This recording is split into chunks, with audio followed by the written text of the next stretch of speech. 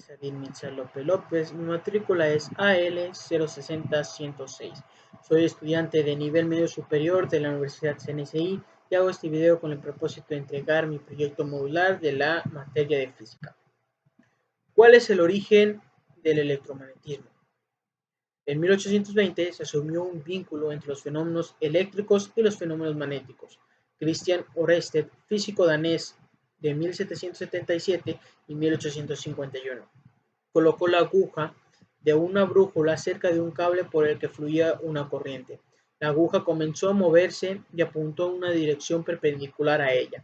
Este descubrimiento llevó a otros científicos como Ampère en 1775 y 1836, Francois Aragon en 1786 y 1853 a profundizar en este fenómeno y determinar cómo una corriente eléctrica puede producir un campo magnético.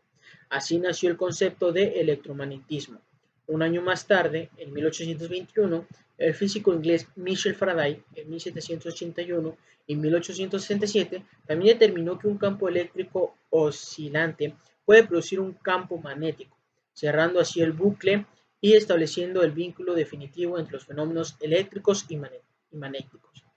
¿Cuáles son los tipos de imanes y cuáles son sus propiedades? Imanes naturales. Un imán natural no siempre tiene la capacidad de transmitir magnetismo. Esto se debe a que su átomo contiene electrones que orbitan en su alrededor y alrededor de sí mismo. Es común que este tipo de imán consista principalmente en magnetita y varios compuestos de dióxido de hierro. Imanes temporales. Los imanes de este tipo son elementos que no tienen un campo esencialmente magnético.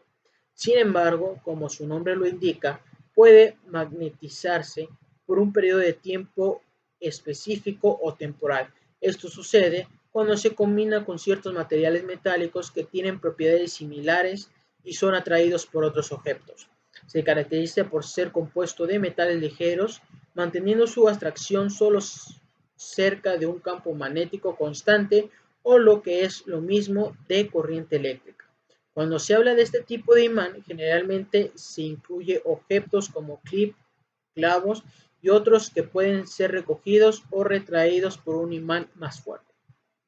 Imanes temporales. Se componen de un material ferromagnético y cuando se colocan con otro imán conservan su atracción hasta que se retiran. Además, los imanes permanentes, por fuertes que sean, no pueden detener la misma potencia que un electroimán de mayor potencia. Explica la teoría de magnetismo.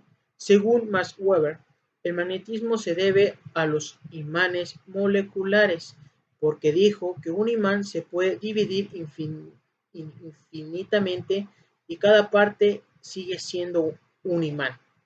E incluso en tal sección es posible llegar a una molécula magnética y se conserva su magnetismo. Columnas como su función principal.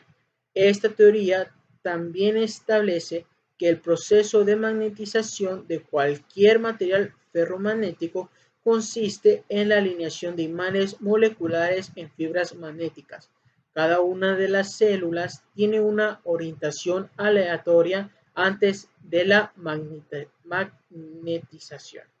¿Qué es la ley de Lenz?